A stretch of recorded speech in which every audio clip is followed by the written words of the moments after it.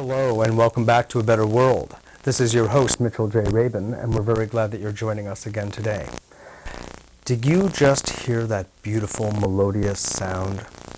That was made by Roop Verma, famous sitarist from working with Ravi Shankar for many years around the world, Ali Akbar Khan and others. He is now up at the Wyndham Retreat in Wyndham, teaching us a class in Nada Yoga. And Roop is going to be speaking with us today about his work, playing sitar, and the importance, the primordial importance of sound in terms of healing, in terms of awakening. We're very lucky to have Roop on the show today. He's been doing this fabulous work for many years, really around the planet, and it's a rare opportunity to be able to sit down with him in such close quarters and just speak with him about the nature of his work and the kind of effects that he has had on people for many years.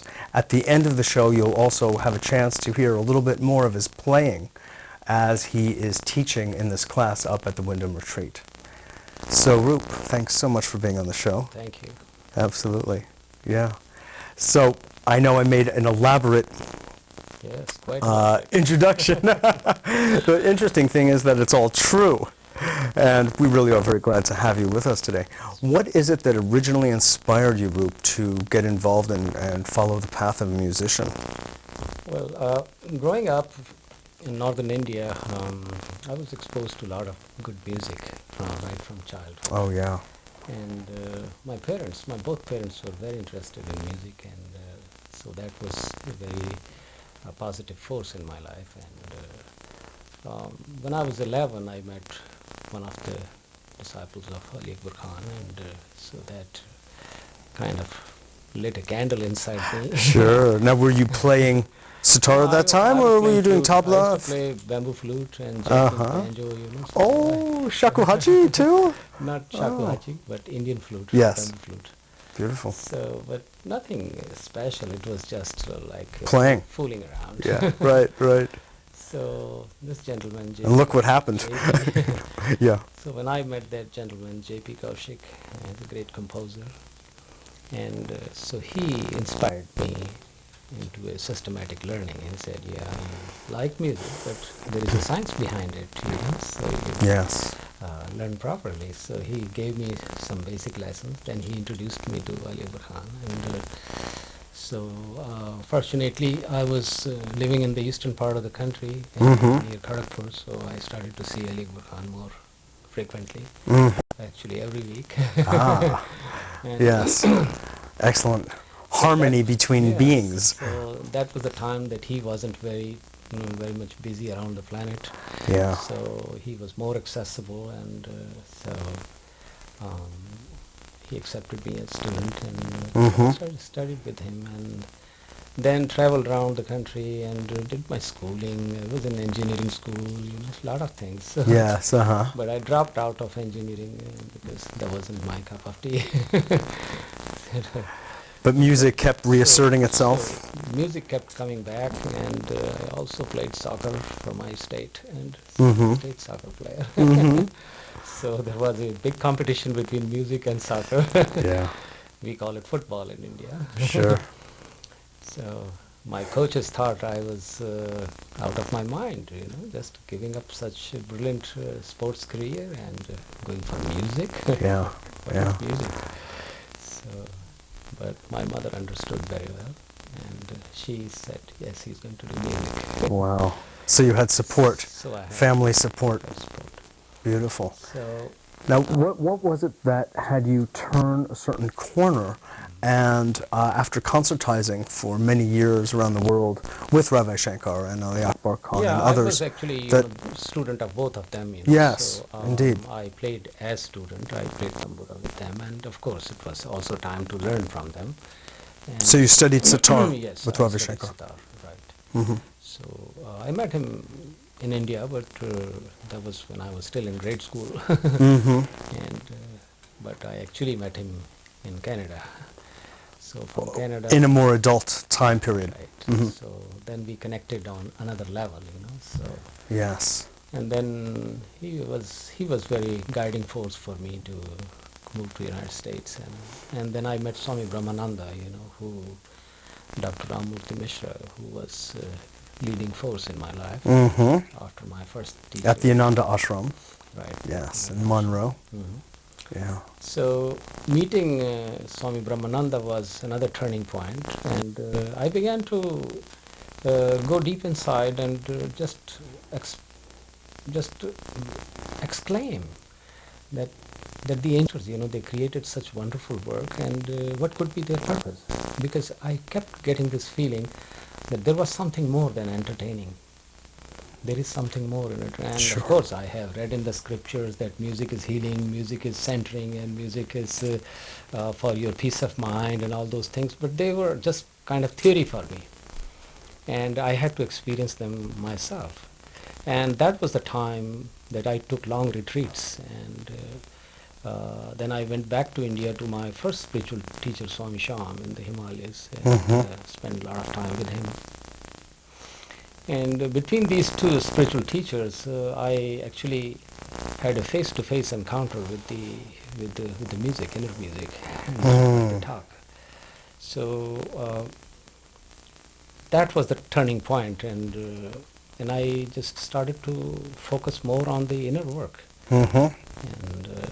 And really, at this point, this is what you do. Yeah, this is what I do. I do concerts as well. That's how I make my living. But this is where my heart and soul is. Yes. This is for my inner enrichment. Of course. And for the enrichment of a lot of people, who are just looking for answers for their own inner questions. Sure. And I think that's very important, because our planet needs lot of healing. It has been entertained for a long time. Yes. We don't need entertainment, or we need maybe a little bit. It can come with the healing. Yeah, but of course you're right. Yeah. So Yeah. Historically speaking, if you go back, say, about 1,000 years, there was no such a thing as concert in India. All the music was in the temples. Yes. And it was used for rituals and for ceremonies and for purification, for healing, and people go in And spiritual advancement. Spiritual advancement and unfolding of consciousness. This was the initial purpose. So, but when we read in the history, about 11th century, when the Persians, the Mughals, when they started moving in the country, so then the shift happened at that time.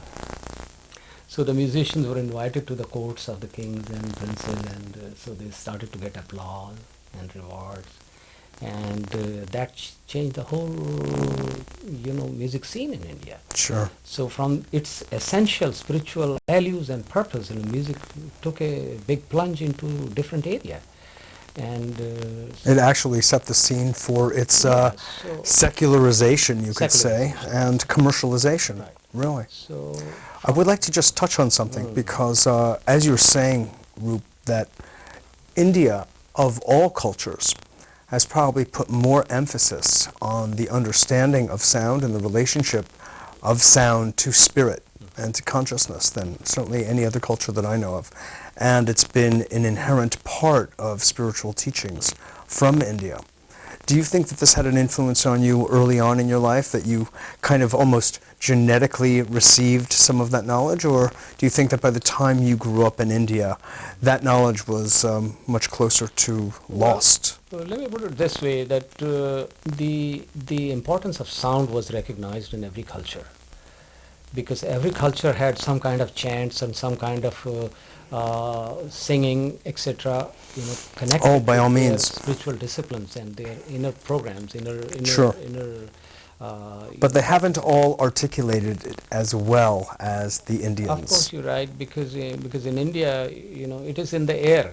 You don't have to learn it. There are a lot of things, which will just come to you spontaneously and naturally. Yes. So I knew the significance of chants and the different mantras, and when I started to hear different sounds through the instrument, and I found a lot of similarity. My instrument was chanting a mantra. That was a mind-blowing thing for me. So I said, no, this must be illusion. So I asked my teacher, and he said, it's not illusion, you're wrong. Yeah. It is the fact. Every instrument was designed to chant a mantra, to chant a song for you, a program for your spirit. rather than for your left brain. So those indications were just like turning point, and I couldn't, keep my eyes closed, my ears closed, and my soul closed for those happenings. Sure. And they were great transformation for me. And when is it that you actually started teaching Nada Yoga as a class to people, to bring them into that level? I started to do it late 60s. But when I came to West, that was in end of 73, beginning of 74, I came to Europe for international festival and music festival. And then I met a lot of people, very spiritual people in Belgium and in Germany. And so, they were probably Indians in a past life. I kept running into disciples of Swami Sachidananda. Huh. And they kept inviting me to different centers. I said, oh, you have one more center? You have one more center? One more center? How many can one man have? And I used to read about him, and Swami Shivananda was very close to my heart, his teacher. Sure. And my mother was a great devotee of Swami Shivananda, and so he was in a way guiding me to his own path, his own people. So I see there was a very strong connection there, and as I always say, there is no mistake. It's all well planned. Could you, Roop, define for our audience the meaning of Nada Yoga? Sure. Nada comes from Sanskrit root word nad. Nad means that which flows. Where we get also the Indian word nadis. That's a different word. Is it the same root? No, those are the channels. Those are the channels of the body. Right, but is it the same root, nad? It could be the same root, yes, absolutely. I'd imagine. Nad means that which flows, and it is the sound that has a continuity of flow, and that which flows has a frequency, has a rhythm. Yes. So sound is the closest word that comes to nada, the flow, because an organized sound, a sound that you can use in a musical term or an expression, has a very definite regular rhythm. It has a regular frequency. That means so many cycles per second. It repeats itself. It's a constant thing. So in olden times, when the sound was just like a very mystical thing, and at that time people began to have inner experiences, and these masters will go in a trance state, in meditative state, and they will hear different sounds, and then they will imitate those sounds. They will sing or hum, and this is how the music for Nada Yoga, for inner work, started to unfold through the people. It was directly given to them. It was not in the books. Of course, in Sam Veda and Gandharva Veda, we find a lot of description of Nada Yoga and lot of science of Nada Yoga.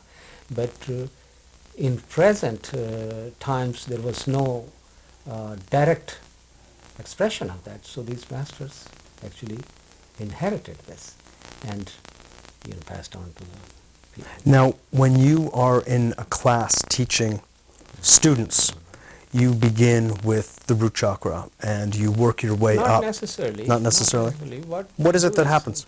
What happens is, as I was telling in the introductory evening here, Friday night, that first, we all come from different walks of life, and it's important that we should come closer on the level of energy, on the level of vibration.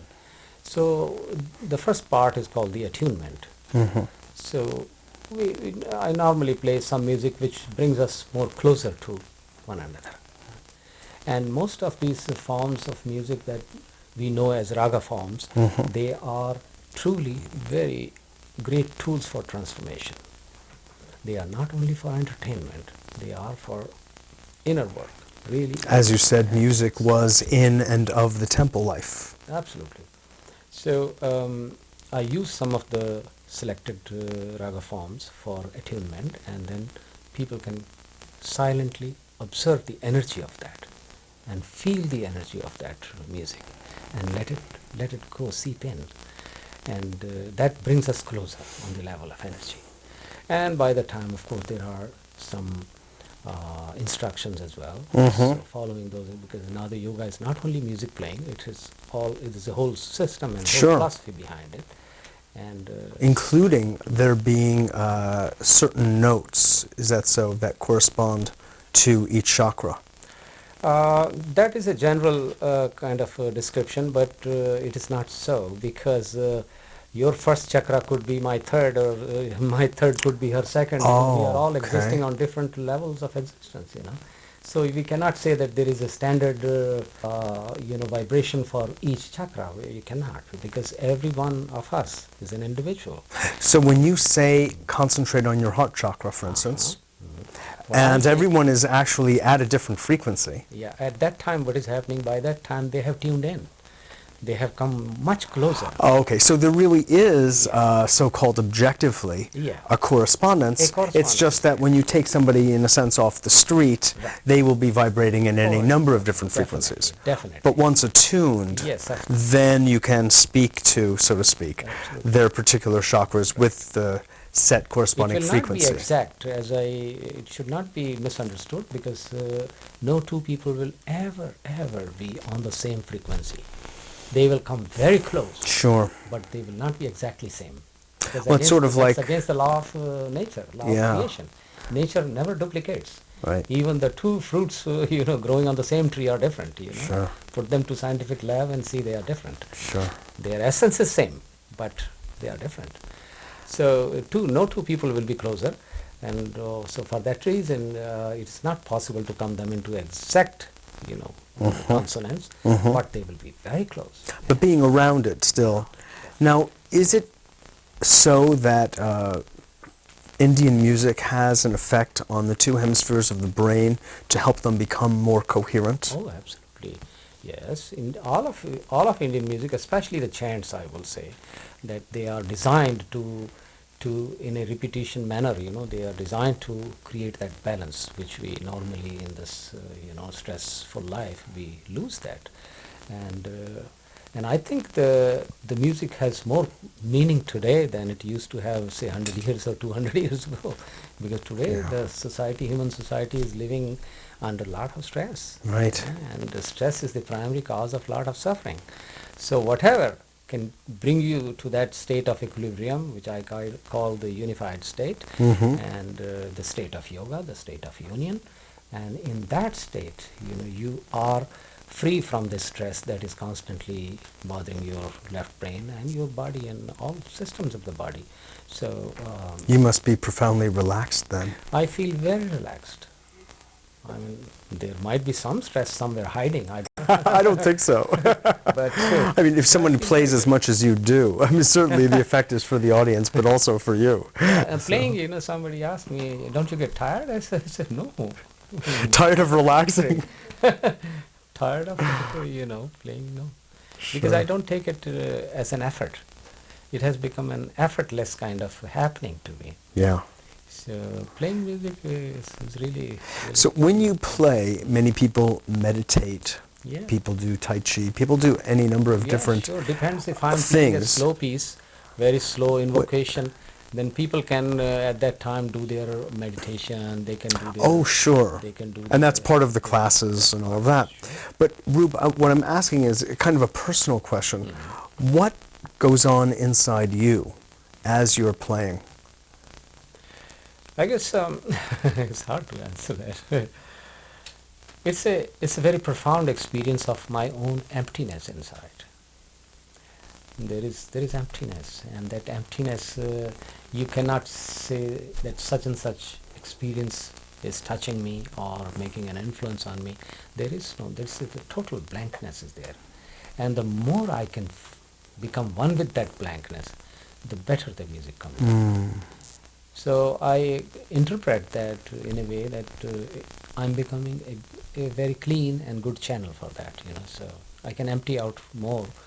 And A good nadi. Yeah. So I hear you. it's well.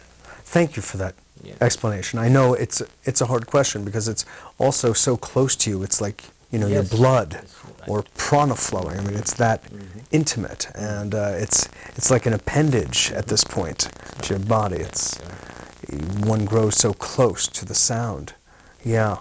What message would you like to give to our audience who has been listening and just kind of perhaps getting introduced to you and also to the idea of Nada Yoga and sound being a vehicle or a carrier for consciousness? Well, all I can say is select your music very carefully. That music has very profound effect on total life, on living organism, on the total life, plants, animals, and there have been a lot of scientific experiments done. What kind of music has positive effect on the living organism and what does not. So select your music very carefully and just go with it and explore who you really are. And there is a consonance between you and the music, because no music can ever be created without the direct contact with the higher source. So the music that has been created, no matter by whom, it has always come from a higher source, and it is the human expression, it is the expression of life. So select your music very carefully and listen to it with another state of consciousness. Just with the Not just mind. casually, Just not just casually. mechanically, Yeah. or as background, Yes, which is no, so common in the that West. I reject the whole idea of a background music in parties and all, it is very good, social atmosphere, but it really defeats the purpose of the music, because music is much sacred than just a background score for you. Indeed, Yes. indeed. It is sacred. All music is very sacred, and it should be treated that way, Yes, with respect. with respect. That's right. In fact, I just want to make reference to something that you said earlier today, which was that instruments, and that means including us, do not even produce sound, but that we are living in an ocean of sound, Yeah, absolutely. and that the instrument, a sitar, tabla, any instrument, including our own voice and being, is just the instrument of the sound. The sound. Because according to It's a very fine and subtle idea. Yeah, because the oldest teachings tell us that the sound is all-pervading. Sound you cannot compose, you cannot create. All music is already there. Yes. The more you are open to it, the more you receive. So I have to work on myself constantly. It is not the perfection of the instrument that is very, very important, but I have to work on this Instrument. Yeah. My inner being, I have to work on this instrument, and the more I can tune in with this instrument, that instrument becomes very profound expression, medium. Wonderful. On that, I want to thank you very much I'm for very pleased. being Thank with you for us. inviting me. My Thank pleasure. you very much. Absolutely. So for the next few minutes, you will have a chance to hear Roop Verma playing for the closing session of our class up here in Wyndham, at the Wyndham Retreat, run by Carol Beck and Hugh Comer, to which we want to extend a warm thank you. And so please tune in to the next few minutes to enjoy Roop Verma directly yourself. And I'd recommend that you close your eyes and just listen in with all of your heart and all of your being to the beautiful music that issues forth. Please also feel free to give me a call at 212-420-0800. I love hearing your comments and feelings about what you see here on this show. And I look forward to seeing you all next week.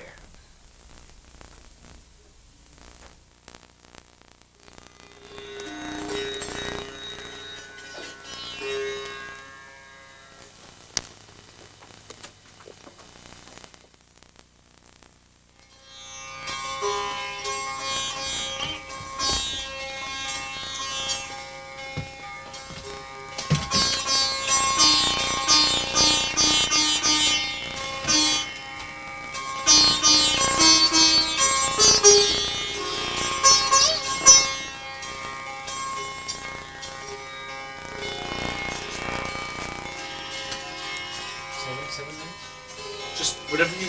I was just going to turn it on and meditate myself.